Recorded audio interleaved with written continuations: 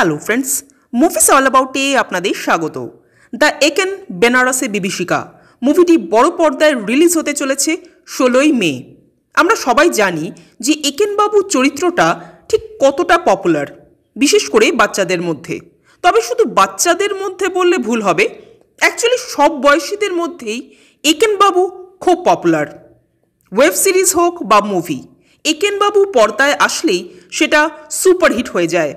আর অনির্বাণ চক্রবর্তী যেভাবে এই একেনবাবুর চরিত্রটাকে প্রেজেন্ট করেন, তাতে মুভিতে অন্য কোনো অভিনেতা ভালো পারফর্ম করুক বা নাই করুক, একেনবাবুর থেকে চোখ সরতেই চায় না। বাট এবার হয়তো তার অন্যথা হলেও হতে পারে। তার প্রধান কারণ শাশ্বত চ্যাটার্জি। এবারের দ্য একেন মুভিতে থাকতে চলেছেন শাশ্বত, কিন্তু তিনি ঠিক কোন চরিত্রে থাকতে চলেছেন সে ব্যাপারটা এখনও পরিষ্কার নয়।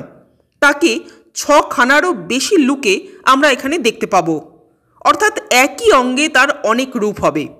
এর মধ্যে বেশ কিছু লুক অলরেডি সামনে এসেছে। তার মধ্যে কোনোটা বৌদ্ধ সন্ন্যাসীর রূপ, কোনোটা আবার উস্কো খুস্কো দাড়ি গোফে, গায়ে মাথায় গামছা জড়ানো স্থানীয় মানুষের লুক। এবার একটা মানুষ যখন এত রূপ ধারণ করে, তখন তার দুটোই কারণ হতে পারে। এক হতে পারে সে পুলিশ বা গোয়েন্দা বিভাগের লোক, কোনো ক্রিমিনালকে ধরার জন্য তার এই রূপ বদল, অথবা সে নিজেই ক্রিমিনাল, পুলিশের হাত থেকে বাঁচতে তার এই ভোল বদল। এবার শাশ্বত এখানে পজিটিভ না নেগেটিভ কোন রূপে থাকতে চলেছেন সেটা তো সময়ই বলবে। তবে একেনবাবুর সাথে যে একটা জোরদার টক্কর হবে সেটা তো বোঝাই যায়।